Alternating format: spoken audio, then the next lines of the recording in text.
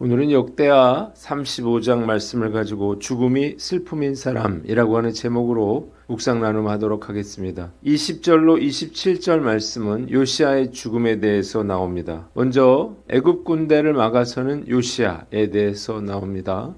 요시야가 성전을 정돈하기를 마친 후에 애굽의 바로 느고 왕이 아수르를 도우려고 유프라테스의 갈그미스로 올라갔습니다. 그러자 요시야가 느고를 막기 위해서 무기토로 올라가서 애굽군과 대치했습니다. 이 바로 느고는 요시야에게 사신을 보내어 자신이 유다를 치러 올라온 것이 아니며 하나님의 명을 따라 갈그미스로 갈 것이라고 말했습니다. 그런데 요시야는 바로 느고의 말을 듣지 않고 변장까지 하며 싸움을 고집했습니다. 두 번째 23절로 27절 말씀, 요시야의 죽음과 애가에 대해서 나옵니다. 이때 요시야는 적군의 화살에 맞아 중상을 입었고 예루살렘으로 돌아왔지만 숨을 거두었습니다. 온 유다와 예루살렘 사람들이 요시야를 크게 슬퍼했으며 선지자 예레미야가 그를 위한 애가를 지어 노래했고 그 가사는 애가에 기록되었습니다. 본문이 우리에게 주는 교훈이 있는데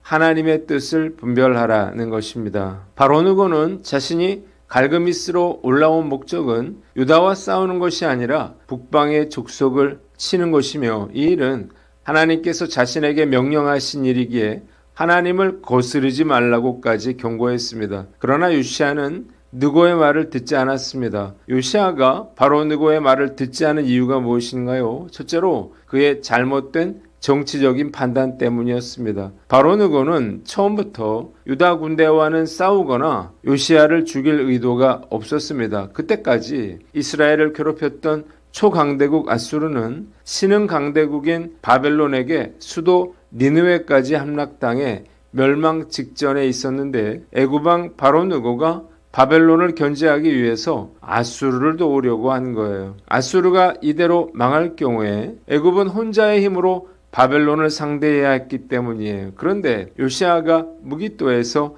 애굽 군대를 막아선 것입니다. 요시야는 이 사실을 알지 못했고 승산도 명분도 없는 전쟁에 휘말리고 말았습니다. 둘째로 그의 인간적인 열심과 교만 때문이었어요. 요시야의 행동은 유다의 안전을 지키려는 열심에서 비롯됐지만 한편으로는 자신이 개혁을 이룬 힘있는 왕이라고 하는 자부심 때문이기도 했습니다. 그는 바로 느고가 자신의 전쟁 목적이 하나님의 뜻이라고 말한 것에 대해서 진지하게 고민하며 하나님께 묻지 않았습니다. 그의 영적 교만이 하나님의 경고를 듣지 못하게 만든 거예요. 그는 하나님께서 바로 느고를 사용하여 다른 목적을 이루고 계심을 깨닫지 못했습니다. 말씀을 묵상하면서 얼마든지 내 판단이 틀릴 수 있다는 사실을 깨닫게 됩니다. 요시야처럼 내가 아무리 선한 의도와 열심히 무엇인가를 행한다 하더라도 하나님의 뜻이 아닐 수가 있는 것입니다. 내 판단과 열심이 얼마든지 하나님의 뜻과 다를 수 있음을 알아야 합니다. 정말 열심히 무언가를 했는데 그것이 하나님의 뜻이 아니라면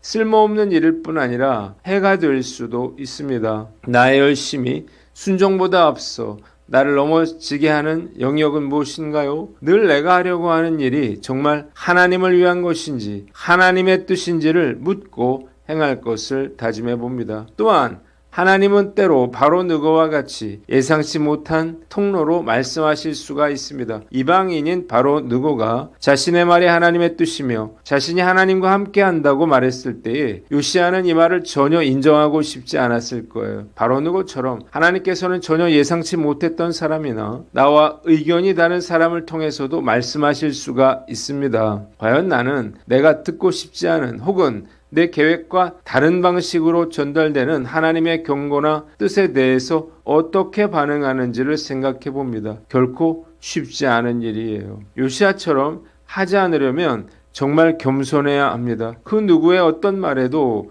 귀를 기울일 줄 알아야 하기 때문이에요. 나이 든 사람의 특징은 잘 듣지 않는다는 것인데 저도 예외는 아닌 것 같아요. 늘 상대방의 말에 귀를 기울일 줄 아는 겸손의 사람이 되기를 다짐해 봅니다. 두 번째는 은혜 받은 후에 조심하라는 거예요. 요시야는 성전 정돈이라고 하는 큰 성공을 거둔 직후에 쓸데없는 전쟁을 고집하다가 결국 목숨을 잃고 말았습니다. 큰 은혜나 성공을 경험한 후에 극히 조심해야 합니다. 사단이 역사하기 때문이에요. 받은 은혜를 빼앗고 성공을 무너뜨리려는 것입니다. 언제 사단이 예수님을 찾아왔나요? 40일 금식 기도를 하신 직후입니다. 가장 큰 은혜의 시간에 사단이 직접 찾아와서 예수님을 시험했습니다. 예수님도 거꾸로 뜨리려고 사단이 찾아왔는데 왜 우리를 시험하지 않을까요? 시험은 항상 누구에게나 있음을 잊지 말아야 합니다. 예전 교회에서 부흥회를 했는데 은혜를 많이 받았습니다. 집에 돌아왔는데 집이